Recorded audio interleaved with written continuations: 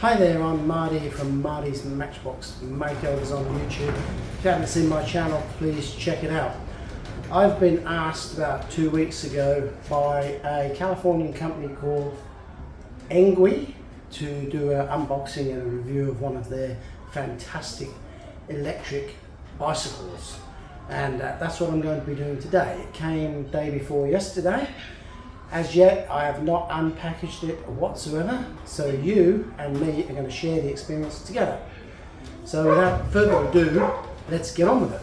And I must first apologise for any background noise because we've got dogs on the property, cars going past, etc. and the weather is atrocious.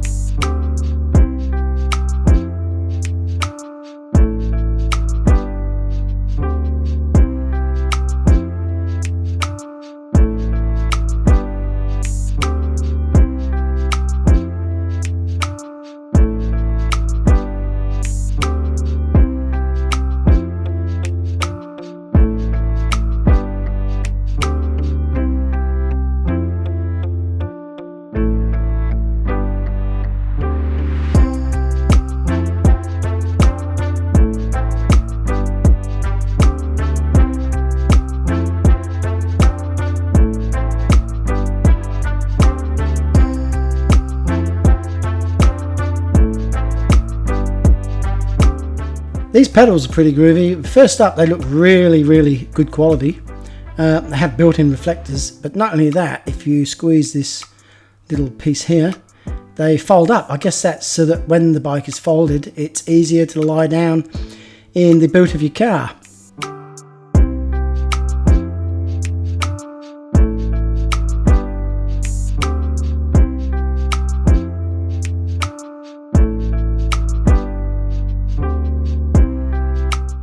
This saddle support is extremely long, and I believe that this bicycle would suit even the tallest of people.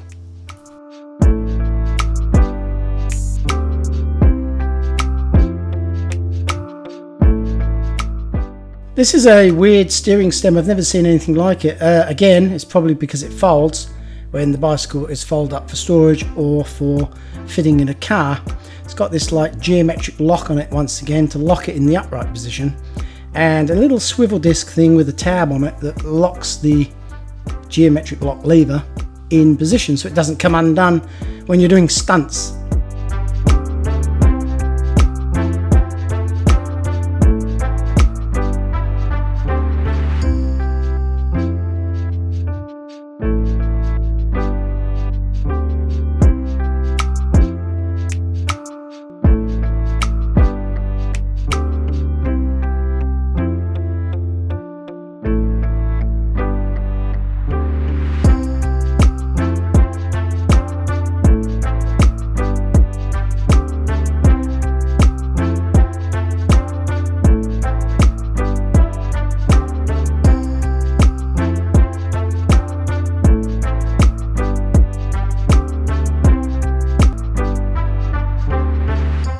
Fitting the handlebars and the digital display was a little bit complicated. I wish that I had a third hand at this stage because you had to hold 3 or 4 bits in position whilst you tightened them up.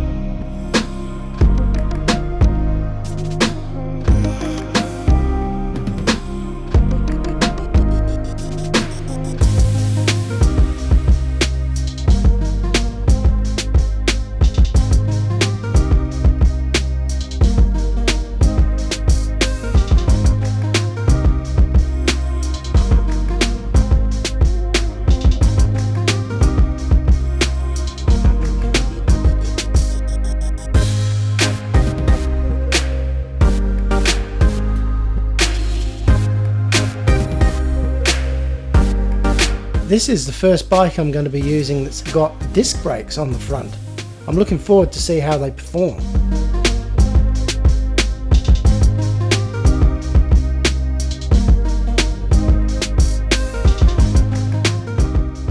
In some countries these bicycles need to be registered, so I guess that's why the manufacturers included a license plate bracket on the rear light assembly. I tested the brakes by spinning the front wheel and pulling on the brake lever, and I noticed that contrary to what I believe to be standard, the levers are the opposite of what they should be. Having ridden motorbikes for many years, the front brake is normally on the right hand side, but on this bicycle the front brake is on the left hand side, which I found a bit weird. I'm having a test here of folding the bike, and as I fold it I noticed this is pretty cool. The frame actually houses the battery. There's a huge hollow in the frame there, and that's where the battery goes.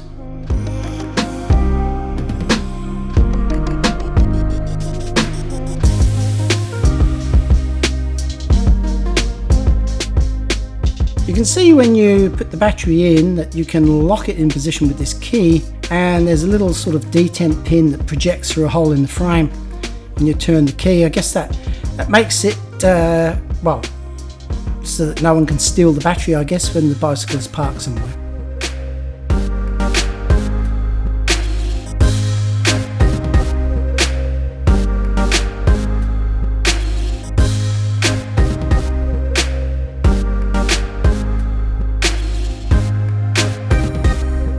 In the booklet that comes with the bicycle it says do not use a extension lead whilst you're charging the battery.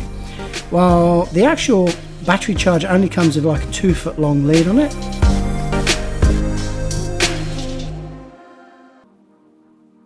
The digital display, it's got a lot of information on it there. You've got the actual speed you're travelling, the maximum speed. It's got a trip meter, an odometer, even tells you what gear you're in if you're riding it using the power assist mode. It's got five gears, power assist mode, and 7 manual gears on the derailleur at the back there to make the pedalling a little bit easier.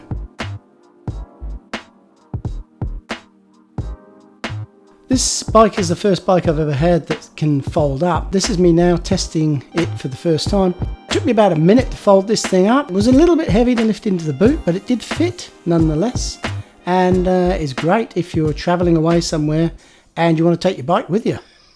So, okay, look at this. It's a beautiful evening here in Australia. The birds are twittering, the skies are blue, the sun's up, and I thought I'd just take it for an afternoon spin to see exactly how well it performs. Here we go. Woohoo!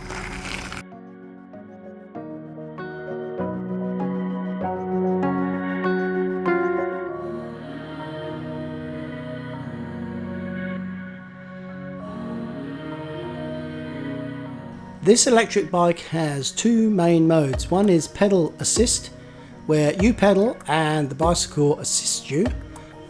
Or there is just plain power mode, where you use a hand throttle to control your speed and acceleration. Keep in mind though that if you choose to pedal, you will reduce the power consumption and increase your range.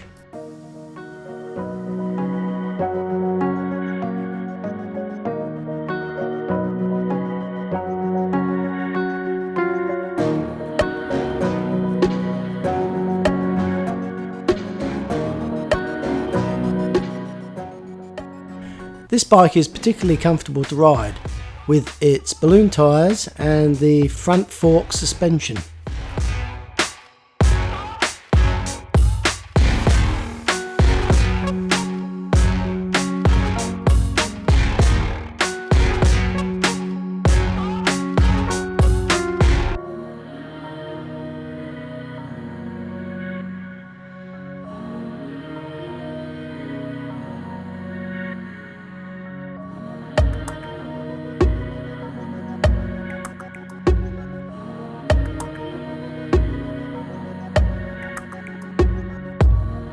I'd just like to remind you all to wear some safety equipment if you're operating a powered vehicle. I'm glad I did.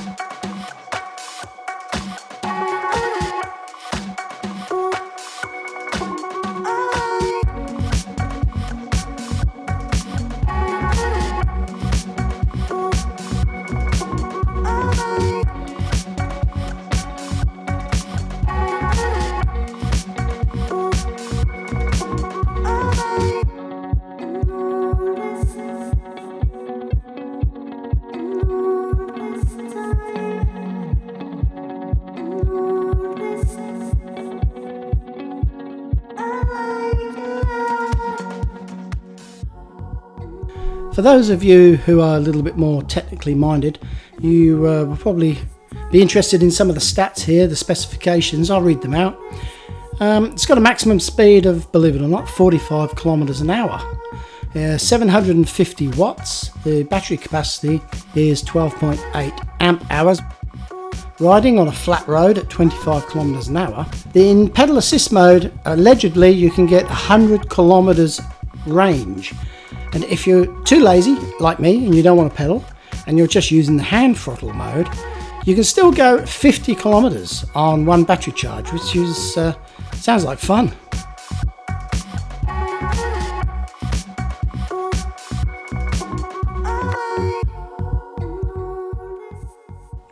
This is the first e-bike that I've ridden, and it's been a thrilling experience.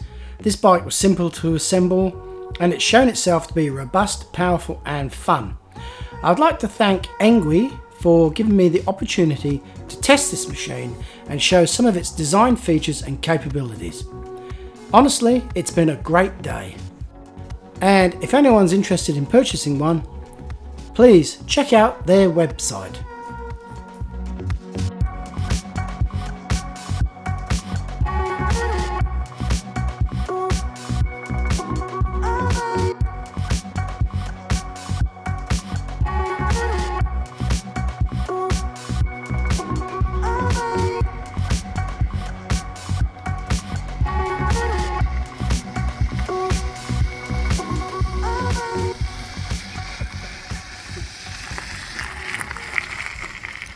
Well, that seemed to work well.